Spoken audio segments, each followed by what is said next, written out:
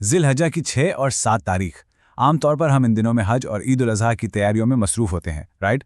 लेकिन इन्हीं खुशियों के बीच ना एक बहुत ही गहरा गम छुपा हुआ है, अय्याम बकरिया। आज के इस एक्सप्लेनर में हम दलील अल्लाह हज़रत मौला इमाम मोहम्मद बाक़र अलैहिस्सलाम की अजीम शहादत, उनके बेमिसाल इल्म और उनकी अज़मत को समझने की कोशिश करेंगे। ये दिन आम दिन नहीं है, ये गम और पुरसा के दिन है, जो असल में करबला और अय्याम अज़ाए सज्जादिया का ही एक इंतहाई दर्दनाक तसलसल है। तो चलिए इस रूहानी सफ़र में उतरते हैं और महसूस करते हैं कि इस गम की असल हकीकत क्या है। अब जो सबसे दर्दनाक और दिल चीर देने वाली बात है ना, वो उनकी शहादत का बैकग्राउंड है। तसव्वुर करें ज़रा इस मजलूमियत का। बनु उमैया के जालिम हुक्मरान हिशाम बिन अब्दुल मलिक के शैतानी हुक्म पर इमाम मोहम्मद बाकिर को उनके वज़ीर के हाथों मदीने में जहर दिया गया। और वो भी कब? ईद उल अज़हा से ठीक 2 दिन पहले मौला के 6 बेटों और 2 बेटियों को निहायत बेकसी के आलम में यतीम कर दिया गया। इल्म और हिकमत का वो अजीम दरवाज़ा जिससे मुसलमान ही नहीं बल्कि हर मज़हब के लोग फैज़ हासिल कर रहे थे, उसे हमेशा के लिए बंद करने की कोशिश की गई। यहाँ एक बात जो सीधा दिल पे लगती है, वो मौला की आखिरी वसीयत है। वक्त शहादत इमाम के लबों पर यह मरसिया था कि जिस महीने में खुदा ने खून बहाना हराम किया था, मुनाफिकीन ने उस महीने में मेरा खून बहा डाला। अपनी शहादत से ठीक पहले इमाम ने मदीने की तमाम शिया ख़वातीन को एक बहुत ही ख़ास और जज्बाती वसीयत की। उन्होंने फरमाया, मेरी मुसीबतों को बयान करती रहना और मुझ पर नौहा पढ़ते रहना। ये कोई आम बात नहीं थी, ये वो अज़ादारी है जो यहाँ से शुरू होकर मकाम मिना और बैतुल्ला तक मुनक्कद हुई। अच्छा, अब ज़रा उस अजीम हस्ती की इबादत का आलम देखें। 150, ये कोई मामूली नंबर नहीं है। इमाम मोहम्मद बाकिर दिन और रात में 150 रकात नफली नमाज अदा करते थे। इंसान लुत्फ़े हैरत में पड़ जाता है इस शौक और लगन को देखकर। पता है, जब वो नमाज के लिए खड़े होते तो अल्लाह के खौफ और ताज़ीम से उनका जिस्म वाज़े तौर पर कांपने लगता था। उनकी इबादत वो कोई ज़ाहिरी रस्म नहीं थी, बल्कि एक मुकम्मल रूहानी मुखलिसी और उनके गहरे बातिन का आईना थी। उनकी इबादत की अजीम फ़िलॉसफ़ी इस एक जुमले से वाज़े होती है, जब उन्होंने फरमाया कि सबसे बेहतरीन इबादत दुआ है, यानी अल्लाह से अपनी हाजात मांगना सबसे आला अमल है और उससे मांगने से इनकार करना हकीकत में एक किस्म का रूहानी तकब्बुर और गुरूर है। और एक और कमाल की बात बताऊं, उन्होंने सिखाया कि सिर्फ मुसल्ला बिछाकर बैठना ही इबादत नहीं है, हलाल रोज़ी कमाना भी इबादत की एक बहुत अहम शक्ल है। उन्होंने सुस्ती और बेरोज़गारी की सख्त मजम्मत की और इसे दीन और दुनिया दोनों के लिए नुकसानदेह करार दिया। तो एक सच्चा मोमिन या शिया होने का असल मतलब क्या है? इमाम के नज़दीक सच्ची इबादत आपके किरदार में झलकनी चाहिए। एक असल मोमिन की पहचान ये आमली बातें हैं: आजिज़ी, अमानतदारी, अपने पड़ोसियों और ख़ास तौर पर गरीबों और यतीमों की मदद करना, दूसरों की गीबत से बचना और सच्चाई पर कायम रहना। ये वो प्रैक्टिकल खासियतें हैं जो इमाम की रूहानियत को सीधा हमारी आज की रोज़मर्रा ज़िंदगी और इखलाकी फ़र्ज़ के साथ जोड़ती हैं। अब एक ऐसी बात जो वाकई आपकी सोच को झंझोड़ देगी। इमाम ने इंसानी दिमाग की तख्लीक का जो वाक़या बयान किया है ना, वो एब्सोल्युटली माइंड ब्लोइंग है।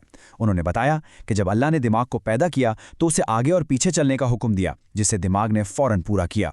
फिर अल्लाह ने फरमाया कि ए दिमाग, तुझी से इंसान जन्नत में जाएगा और तुझी से वो जहन्नम में जाएगा। मतलब हमारी अकल ही वो आखिरी सवारी है जो हमारी अच्छाई, बुराई और आखिरत का फैसला करती है। यह हमारे जिस्म का सबसे अहम तरीन हिस्सा है। और इसी अमली हिकमत को एक वाक़े से समझते हैं। एक मरते हुए शख्स ने वसीयत की कि उसकी मिल्कियत से 1000 दिरहम खाना काबा को अता किए जाएं। अब जो वसीयत पूरी करने वाला शख्स था, वो मक्का पहुंचकर उलझन में पड़ गया कि इसे टेक्निकली कहाँ खर्च करूं। वो सही हल जानने के लिए इमाम बाकिर के पास गया और इमाम का फैसला सुनिए। उन्होंने फरमाया, खाना काबा इस रकम का मोहताज नहीं है, बल्कि ये रकम उन हाजियों को दो जिनके पास घर वापस लौटने का खर्चा नहीं है। कितनी अजीम और प्रैक्टिकल बात है ना? ये फैसला हमें सिखाता है कि ज़रूरतमंदों की मदद कितनी ज़्यादा अहम है। चलिए अब थोड़ा कुरानिक गहराई में उतरते हैं। एक शख्स थे अबू खालिद कबूली। उन्होंने एक बार इमाम से सूरे तगाबुन की आयत 8 में लफ्ज़ नूर का मतलब पूछा, जिसमें अल्लाह, उसके रसूल और उस नूर पर ईमान लाने का जिक्र है। इमाम ने इसका बहुत ही वाज़ेह और सॉलिड जवाब दिया। उन्होंने फरमाया, इससे मुराद हम इमाम्स हैं। खुदा की कसम, सिर्फ हम ही अल्लाह का वो नूर हैं जो उससे नाजिल हुआ है। अहले बैत के इस रूहानी मर्तबे और डिवाइन कनेक्शन को इससे बेहतर अंदाज में क्या समझाया जा सकता है? ओके, अब यहाँ से ना एक बहुत ही ज़बरदस्त और तेज़ी से भरे सवाल जवाब के सिलसिले का आगाज़ होता है। अब्दुल गफ़्फ़ार नसरानी नाम के एक शख्स ने इमाम से कुछ बेहद अहम सवालात किए। उसका एक बड़ा ही बेसिक लेकिन प्रोफाउंड सवाल था जो शायद हम सब के जहन में आता है। सबसे बेहतरीन इबादत कौन सी है? और इसका जवाब क्या था? बस एक लफ्ज़, सब्र। कितना छोटा लेकिन कितना गहरा और असरअंदाज। ये एक लफ्ज़ अपने अंदर पूरी जिंदगी की तफसीर समेटे हुए है। क्योंकि जब हम मुश्किलात और आजमाइश में होते हैं ना, तो सब्र करना और खुदा की रज़ा पर राज़ी रहना ही सबसे बड़ी और बेहतरीन इबादत बन जाता है। इसी Q&A को आगे बढ़ाते हैं। ताऊस यमनी ने इमाम से एक हैरानकुन पहेली पूछी। उसने पूछा, इंसानी आबादी का 1/4 यानी 1/4 हिस्सा कब मरा? ज़रा सोचिए इस बारे में, ये कैसा सवाल है और इसका जवाब क्या हो सकता है? अब इमाम का हिसाब और उनका बेमिसाल इल्म देखें। उन्होंने फौरन जवाब दिया कि यह तब हुआ जब काबिल ने हाबिल को कत्ल किया। क्यों? क्योंकि उस वक्त पूरी दुनिया में सिर्फ 4 लोग जिंदा थे, हजरत आदम, बीबी हव्वा, हाबिल और काबिल। तो जब एक का कत्ल हुआ तो आबादी का ठीक 1/4 हिस्सा खत्म हो गया। ये होती है नॉलेज और हाजिर जवाबी। लेकिन ताऊस यहाँ रुके नहीं। उन्होंने दुनिया की फितरत के हवाले से 2 और तेज सवाल दागे। पहला, वो क्या चीज़ है जो घटती रहती है और कभी नहीं बढ़ती? और दूसरा, वो क्या चीज़ है जो बढ़ती रहती है और कभी कम नहीं होती? ये सवालात सुनने में भले आम लगें, पर इनका जवाब उतना ही गहरा है। जवाबात सुनिए ज़रा। जो घटती है वो हमारी उम्र या जिंदगी है, जो हर गुजरने वाले लम्हे के साथ मुसलसल कम हो रही है, बढ़ती नहीं। और जो बढ़ती रहती है और कम नहीं होती, वो समंदर है। ये छोटी छोटी मिसालें असल में हमें वक्त, नेचर और ज़िंदगी की हकीकत समझाती हैं। अब आते हैं इस गुफ्तगू के सबसे पेचीदा सवाल पर। तो वो उसने पूछा, वो कौन लोग हैं जिन्होंने सच्ची गवाही दी, फिर भी अल्लाह ने उसे झूठा करार दिया? ये बाज़ाहिर एक तज़ाद, एक कॉन्ट्रडिक्शन लगता है ना, कि अगर गवाही बिल्कुल सच्ची थी तो फिर उसे झूठा कैसे करार दिया गया? यहाँ पॉइंट समझने वाला है। इमाम ने वाज़े किया कि ये मुनाफिकीन की गवाही थी। जब उन्होंने अल्लाह के रसूल की नबूवत को तस्लीम किया, उनकी बात बिल्कुल सच्ची थी, नबी वाकई सच्चे थे, लेकिन अल्लाह ने उस गवाही को झूठा इसलिए कहा क्योंकि उनकी नीयत, उनके दिल झूठे थे। उन्होंने सिर्फ ज़ुबानी दावा किया था। ये मिसाल एब्सोल्यूटली बेहतरीन अंदाज में क्लियर करती है कि सच्ची नीयत के बगैर सच्चा लफ्ज़ भी अल्लाह के यहाँ कबूल नहीं होता।